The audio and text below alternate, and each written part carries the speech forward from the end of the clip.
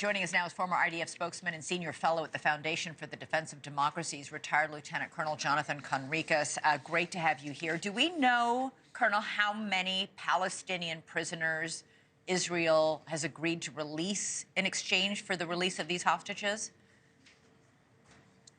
Hi, thank you for having me, Elizabeth. We're talking about at least hundreds, and the ratio of hostages, or the ratio of Palestinian convicted prisoners and terrorists for each hostage is different. We know that the ratio for the female soldiers is a higher one. I believe that it's more than 50 for one, in exchange for one Israeli female soldier. And for the rest, I think we're talking in total about hundreds of Palestinian prisoners. All of them, almost all of them, have lots of Israeli blood on their hands, and it's going to be a very difficult period for hundreds of other Israeli families who are going to see the murderers of their loved ones free out in Gaza or in other places. It's going to be tough for them to come to terms with. Yeah, will there be any restrictions on where these freed Palestinian prisoners, some of whom were convicted of murdering Israelis, any restrictions at all on where they will go once they're released? Yes, there will be restrictions in terms of their location, and they will be under surveillance. Israel has, unfortunately, bad experiences with this. The last time Israel did a big hostage or hostage swap versus Palestinian terrorist release about 20 years ago. Sinwar. Exactly. One Yahya Sinwar was released from Israeli prisons, and he later became the leader of Hamas and the mastermind of the October 7 massacre. So as many Israelis are very happy, me, myself included, happy that we will have some Israeli families whole again, and Israeli hostages after almost 470 days will be back with their loved ones, hopefully.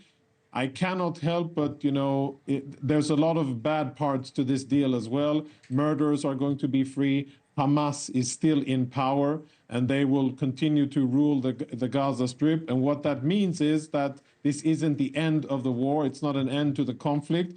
It means continued misery for Palestinians because Hamas's priorities are jihad against Israel, not the benefit of the civilian population. And it means that we'll have to continue to defend ourselves and fight. Israel's long said that its goal after October 7th was the destruction of Hamas. Has that changed?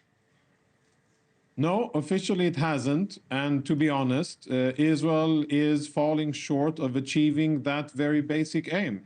And that is one of the reasons why I am not, very, very happy with this deal, because strategically speaking, it is great that we're getting hostages back, but strategically speaking, we are short of achieving our strategic aims, our aim against Hamas. And I think the only reasonable thing that Israel can aspire to do and must aspire to do is to defeat Hamas.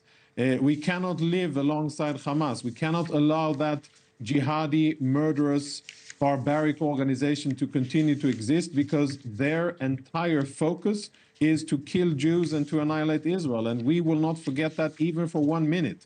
And as such, what this deal does is provides respite in fighting, but it also allows Hamas to continue to exist, and it gives them more time to breathe. It gives them more humanitarian aid to trade with and exercise power over the local population.